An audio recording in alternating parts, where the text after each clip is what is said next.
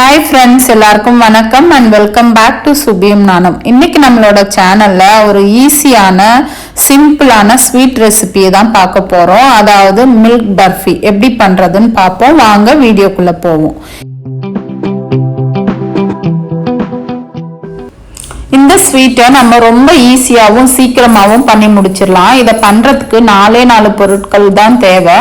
2 cup milk powder இன்னைக்கு எடுத்திருக்கேன். அதுக்கு அடுத்ததா 1 கப் சுகர் நமக்கு தேவைப்படுது. அதுக்கு அடுத்தது கொஞ்சம் பால்.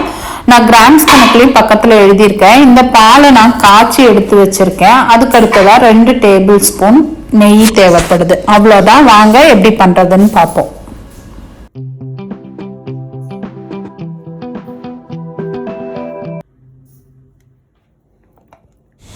ஸோ இதை பண்ணுறதுக்கு ஒரு பேனை அடுப்பில் வச்சுட்டு 2 ஸ்பூன் நெய் ஊற்றிக்கோங்க. அதுக்கப்புறமா இந்த நெய் உருகின உடனே நம்ம காய்ச்சி ஆற வச்சு எடுத்து வச்சிருக்கிற பாலை இதில் ஆட் பண்ணிக்கலாம். ஸோ இந்த பால் ஆட் பண்ணிட்டு நல்லா மிக்ஸ் பண்ணி விட்டுருங்க. இதை மிக்ஸ் பண்ண உடனே அடுத்தது நம்ம இது கூட எடுத்து வச்சிருக்கிற 2 கப் மில்க் பவுடர் ஆட் பண்ணிக்கிறோம். ஃபர்ஸ்ட் நான் 1 கப் மில்க் பவுடர் ஆட் பண்ணிட்டு நல்லா மிக்ஸ் பண்ணிக்கிறேன். ஏன்னா இது கட்டி ஆகாம நம்ம மிக்ஸ் பண்ணிக்கணும். இந்த மாதிரி நல்லா கட்டி ஆகாம மிக்ஸ் பண்ணி எடுத்துட்டு அதுக்கு அடுத்ததா இன்னொரு கப் எடுத்து வச்சிருக்கிற மில்க் பவுடரையும் நம்ம ஆட் பண்ணிடலாம். ஸோ இப்போ இன்னொரு கப் மில்க் பவுடரையும் இதில் ஆட் பண்ணிட்டு நல்லா மிக்ஸ் பண்ணி கொடுத்துக்கோங்க. ஒரு முக்கியமான விஷயம், இந்த மில்க் பர்ஃபி பண்ணும்போது நம்ம எப்பவுமே ஸ்டவ்வை வந்து சிம்லேயே வச்சுக்கோங்க. ஏன்னா அதிகமாக வச்சிங்க அப்படின்னா இது சீக்கிரமாக அடி பிடிச்சிரும். ஸோ அதனால நீங்கள் அடுப்பை எப்பவுமே சிம்மில் வச்சுட்டே பண்ணுங்க லாஸ்ட் வரலும்.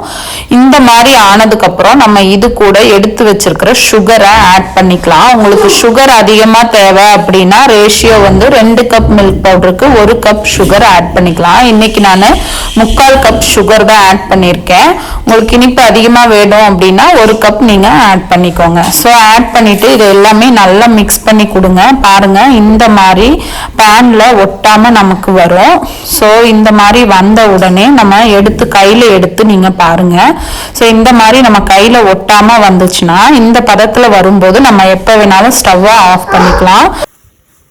ஸோ இது கொஞ்ச நேரம் கூட நம்ம வச்சுக்கலாம். நல்லா மிக்ஸ் பண்ணி கொடுத்துக்கோங்க. இவ்வளோதான். பாருங்க இப்போ நல்லா பேன்ல ஒட்டாம சூப்பராக வந்துருச்சு. ஸோ அவ்வளோதான். நான் ஸ்டவ் ஆஃப் பண்ணிட்டேன். இதை வந்து நம்ம ஒரு நெய் கிரீஸ் பண்ண பேன்ல மாற்றிக்கலாம். ஒரு ட்ரேல மாற்றிக்கோங்க. அப்போதான் இது அடியில் ஒட்டாமல் வரும். பாருங்க நெய் கொஞ்சம் தடவிக்கோங்க அடியில். அதுக்கு அடுத்ததான் நம்ம செஞ்சு வச்சிருக்கிற மில்க் பர்ஃபியை எடுத்து இதில் மாற்றிடலாம்.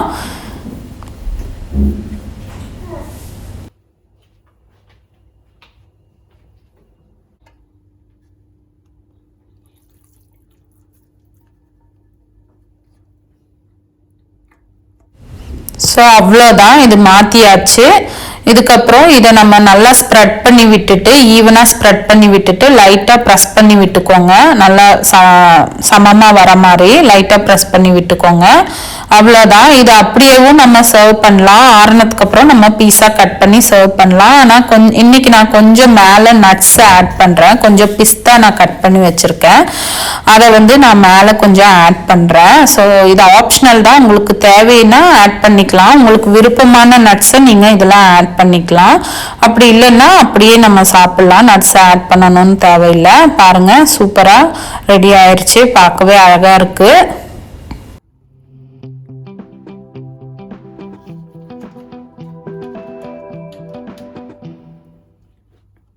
ஸோ நட்ஸு மேலே ஆட் பண்ணியாச்சு. ஆட் பண்ணதுக்கப்புறம் இந்த மாதிரி லைட்டாக ப்ரெஸ் பண்ணி விட்டுக்கோங்க. ஏன்னா நட்ஸ்லாம் வெளியே வராமல் இருக்கும். ஸோ நல்லா அதில் ப்ரெஸ் ஆகி செட் ஆயிரும். ஸோ அவ்வளோதான். இதை நம்ம சூப்பராக ப்ரிப்பேர் பண்ணியாச்சு. இது கொஞ்ச நேரம் ஆறுனதுக்கு அப்புறம் நம்ம ஒரு பிளேட்ல மாத்திட்டு நமக்கு தேவையான பீசஸாக கட் பண்ணிப்போம். நீங்கள் எந்த ஷேப்பில் வேணாலும் நீங்கள் கட் பண்ணிக்கலாம். ஸோ நான் கட் பண்ணிட்டு உங்களுக்கு காமிக்கிறேன்.